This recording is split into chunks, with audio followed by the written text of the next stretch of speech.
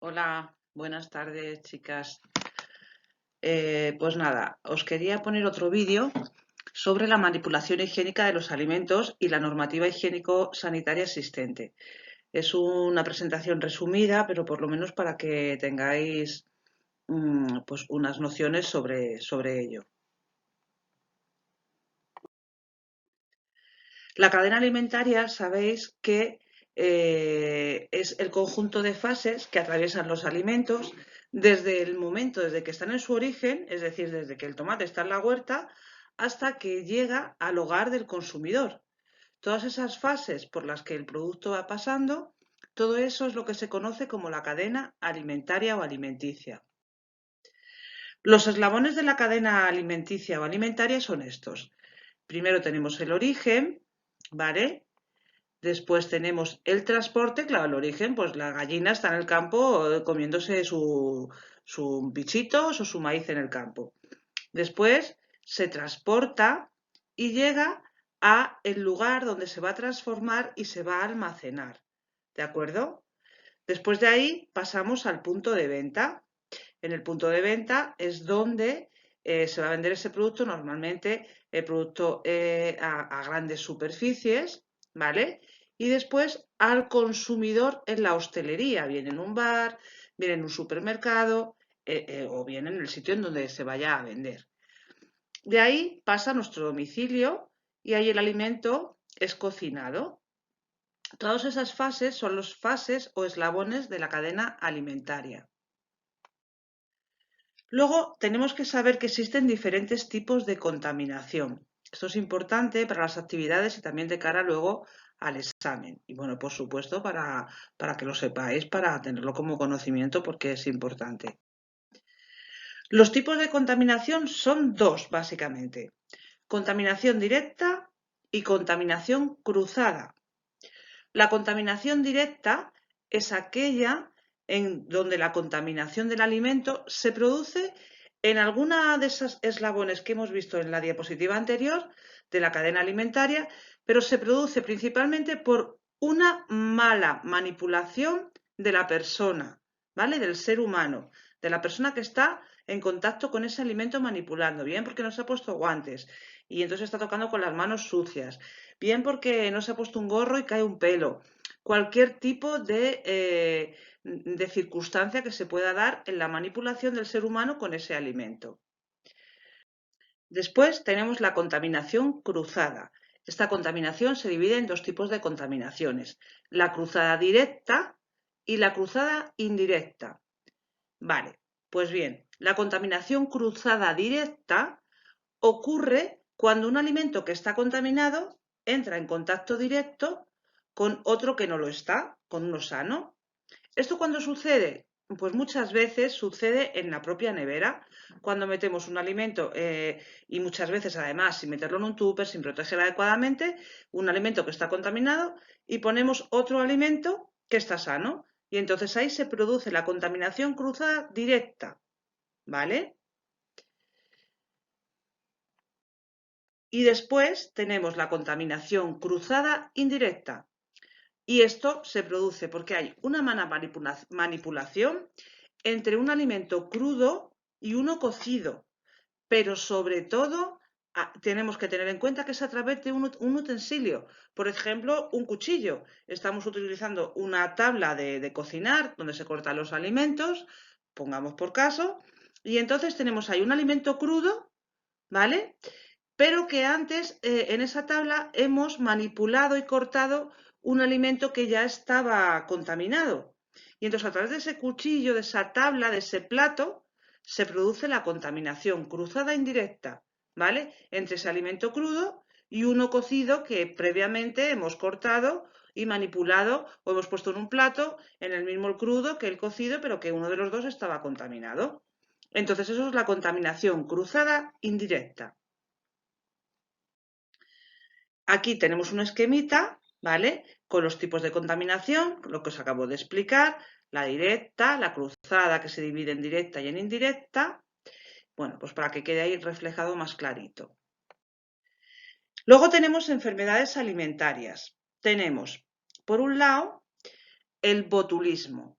El botulismo, que bueno, la bacteria se llama Clostridium botulinum, pero que eso no hace falta que os lo aprendáis, pero sí lo que es el botulismo, que es una bacteria que aparece sobre todo en conservas, sobre todo cuando se han esterilizado mal, una charcutería mal elaborada. Sucede a veces, por ejemplo, en las casas que se esterilizan las conservas, lo ponemos a hervir, sobre todo en los pueblos, luego se cierran, y en esa manipulación pues se puede producir esta contaminación por botulismo.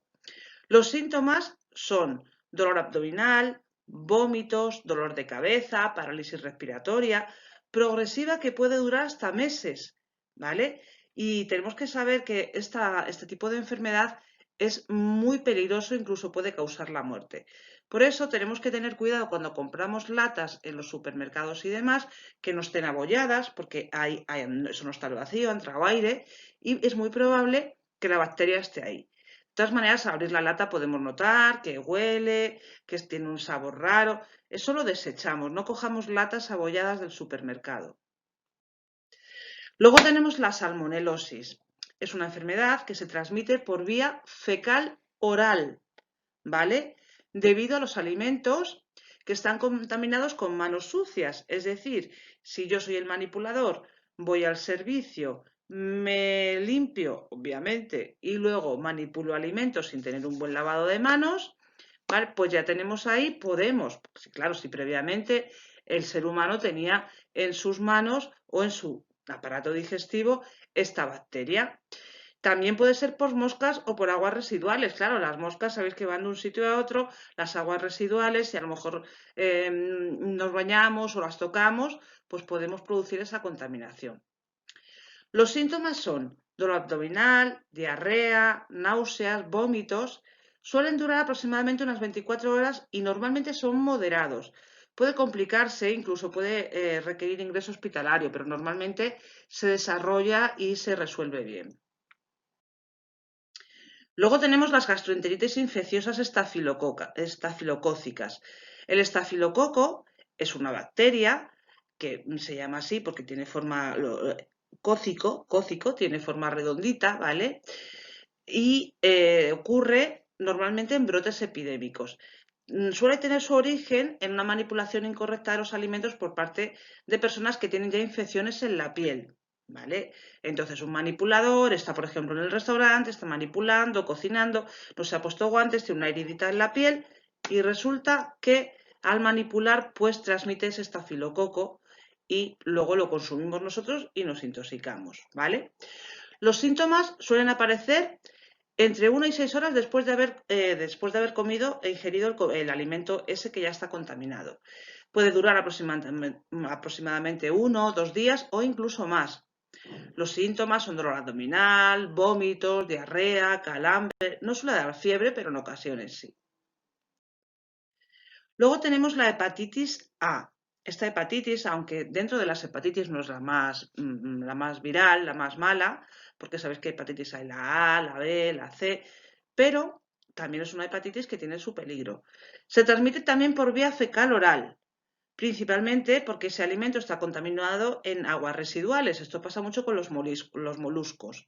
Por ejemplo, los mejillones, no sé, las almejas, pues está en un agua que no hay contaminación, está ahí medio residual, porque a lo mejor no hay mucha corriente de agua y bueno, pues se contamina, ¿vale? Entonces suelen ser muy portadores del virus porque la hepatitis es decir que es un virus, ¿vale? Lo otro eran bacterias, pero esto es un virus. Los síntomas suelen aparecer entre 2 y 6 semanas después de haber consumido su alimento, haber estado en contacto con este virus, y los síntomas son ictericia, que ya sabéis que es color amarillento de la piel y de las mucosas, suele aparecer fiebre, cansancio, pérdida de apetito, náuseas, vómitos. Y bueno, pues esto es un poco así en grandes líneas, un poco las enfermedades más comunes, que hay muchas, ¿eh? Tenéis otra presentación que os dejé en la plataforma, en donde esto está un poquito más ampliado. Pero bueno, esto es un poco así a modo de resumen esquema. Luego quería contaros las 10 reglas de oro para la preparación de los alimentos. Por un lado, Consumir los alimentos que hayan sido tratados de forma higiénica. Mucho cuidado dónde nos metemos a comer, qué compramos, porque no sabemos o podemos intuir que muy higiénico aquello no está. Otra cosa muy importante, otra regla de oro, es cocinar suficientemente los alimentos.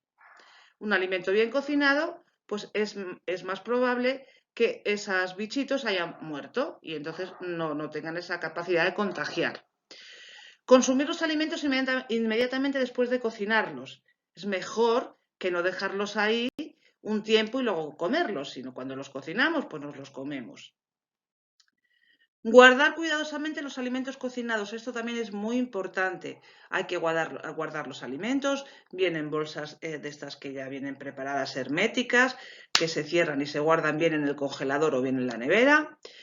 Luego, si sacamos un alimento que ya está cocinado, lo hemos metido en la nevera, pero mañana no lo queremos comer o pasado, tenemos que calentarlos, incluso que hiervan, por si en ese proceso que está en la nevera ha podido contaminarse con algún tipo de microorganismo, al calentarlo, incluso que se produzca un hervor, pues podemos eliminar ese microorganismo. Muy importante también, como hemos dicho antes, evitar el contacto entre un alimento crudo y un alimento cocinado. Muy importante también asegurar la higiene correcta. Nuestra higiene es muy importante siempre que estemos en la cocina, bueno, siempre que en general, ¿no? Cuando uno va a trabajar, duchado, aseado, sin jollones, sin pulserones, sin las uñas largas ni pintadas, los guantes, lavarnos las manos, bueno, en fin, estas normas básicas y generales que ya hemos hablado. Mantener los alimentos fuera del alcance de los niños. ¿Por qué? Porque todo lo tocan. Toco esto, ahora me lo como, ahora me toco la boca, ahora me rasco. Pues cuidado con eso. Cubrir y proteger los alimentos es súper importante a la hora de guardarlos. Y utilizar agua potable para cocinar o potabilizarla, es decir, llevarla a ebullición y dejarla por lo menos 10-15 minutos. ¿De acuerdo? Bueno, espero que os haya servido, que os sirva para vuestro estudio. Adiós.